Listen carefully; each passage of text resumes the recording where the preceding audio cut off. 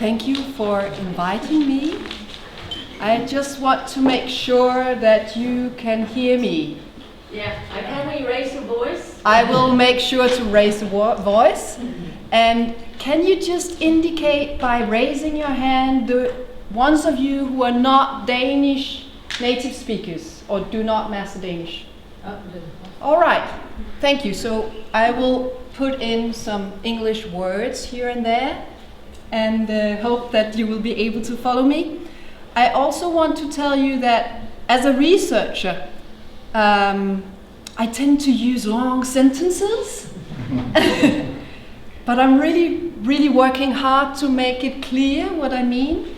But I also think that it's important for this type of knowledge to be a little bit on your toes. So it's okay if things are a bit complex or even challenging to understand or even provoking. And I actually hope that I will provoke you a little bit today. Because I'm not going to talk about conventional entrepreneurship. And what do I mean by that? I mean that I actually do not think, or my research says, that conventional entrepreneurship is not necessarily a solution to increase inclusion among adults. So this is a very central point in everything I say, is actually that I challenge this idea about conventional entrepreneurship as a solution to create more inclusion. Are you with me so far? Yes. Okay. So this morning I'm going to tell you a little bit about 4 concepts, and of course it's going to be really brief, and that's what I say as a researcher, because I would love to talk about the 4 concepts for days with you. But if you could just think about it as a can opener, as a sort of way of reflection, starting a reflection about, okay, this is mind-blowing or provoking, so what can we take away from this? So the 4 concepts that I'll just open slightly for you is social innovation, social change, social entrepreneurship, and embodied learning / acknowledgement of the fact that we are all interconnected. So these are the 4 concepts I will try to rush you through in 21.5 minutes. So when it comes to entrepreneurship in the field of education in general and in adult education in particular, the focus is often on the fact that innovation has in the 20th century been seen as a central source of economic growth. This understanding was fostered by this beautiful young man. Maybe some of you have seen him before. It's the anthropologist and the economist, Joseph Schumpeter. Have you heard of him? Working with entrepreneurship, I guess most of you have heard of him. And I actually just found out that he was also an anthropologist. And that is a very important part of referring to him, because I thought he was only an economist. And I always say, we usually talk about and refer to Schumpeter because he argues for economic growth. But what he also says, and that is what often is forgotten, is that change and innovation happens by challenging systems and power relations. So not going deeper into his theories, that would be too nerdy. I just want you to keep in mind that he's actually talking about system change and changes in power relations. So we are way beyond just, in brackets, creating enterprises.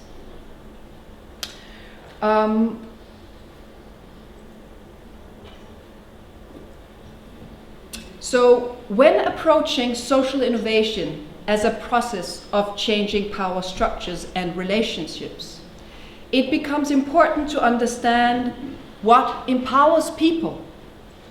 From a more sociological and structural perspective, this can be understood through two researchers from Australia, Frank Mueller and Claire McCallum, the three waves of international social mobilization.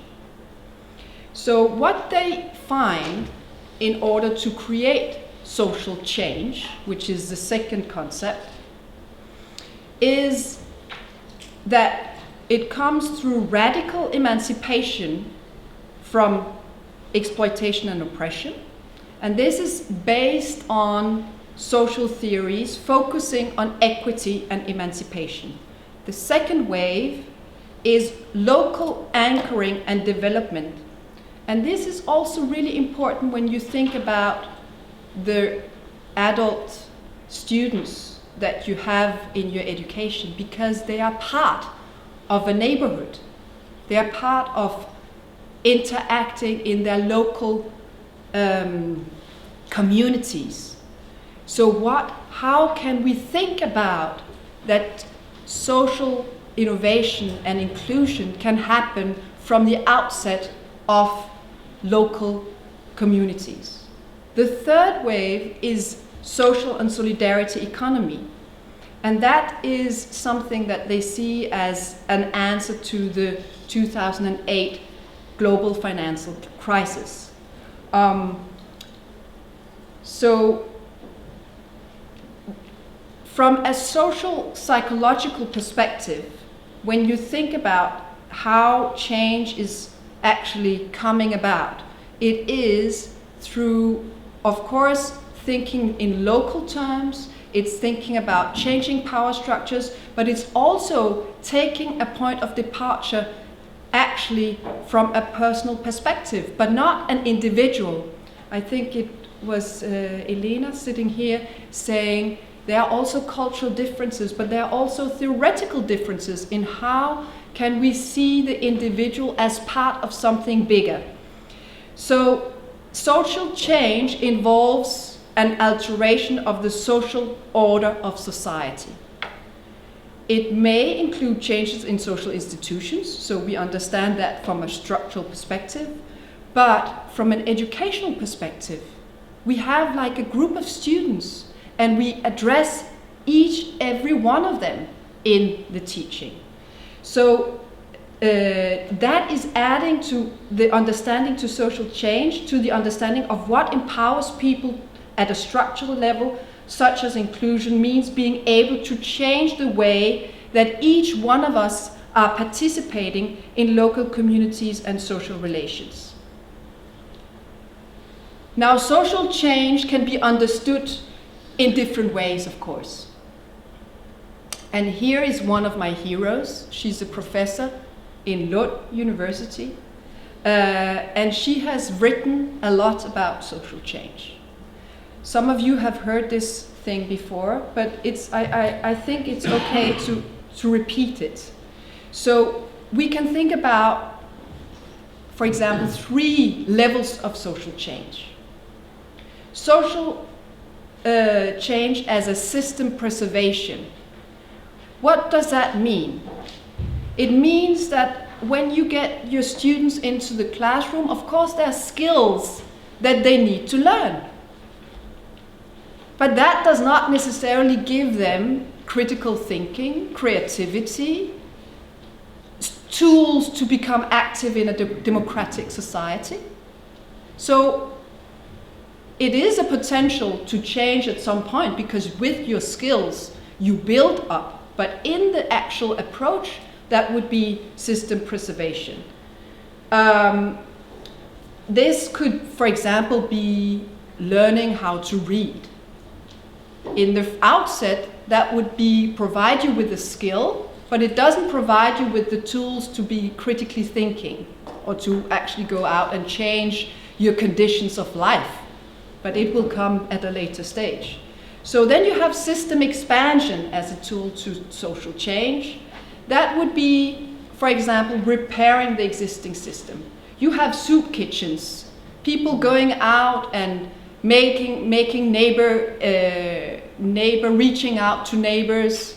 In the pandemic, you have a lot of examples where young people have gone out and made projects in order to actually prevent loneliness, for example, or to make sure that people meet in digital ways. So that would be actually making initiatives, make entrepreneurial initiatives to repair a system that has broken down. Now, the last one is system transformation, and that is questioning the fundament of the existing system. And I think that education at all levels have an extremely important role in providing skills in all three levels, but that the system transformation element is to some extent disappearing in many of our educational approaches. And what I mean by that is actually that when we have our students in the classroom, what kind of tools do we engage with them and teach them in order for them to question what they are part of and what kind of society they want to build? That is, to my best understanding, what is written in the legal regulations of the Danish adult education system, that this is the purpose. And I will show you, I will get back to this. Now, getting back to the concept of social entrepreneurship, as I said in the beginning, it's not about starting a business or becoming more commercial. It's about finding new and better ways to create social value. Whether in the end you will get a business out of it, it might well be, but that's not the goal of social entrepreneurship. Social entrepreneurs are people who, for themselves and together with others, create social innovation through social change. So if you keep in mind what could social change be, that could be in different levels. It can be keeping a system, it can be repairing a system, it can be expanding, critically questioning a system, changing a system. But it has social value. And I think that is key to inclusion.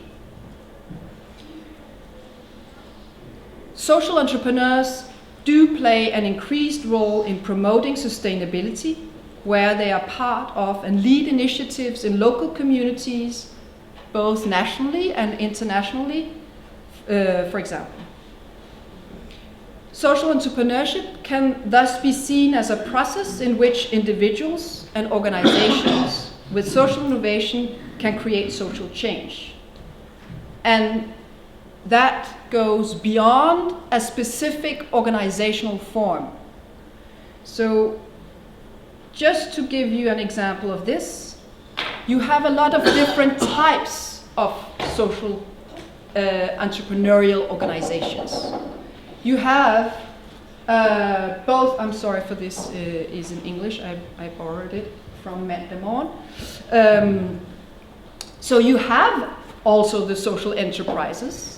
I'm not talking against the social enterprises, I'm just trying to broaden it and invite you to think it as this is not the ultimate goal.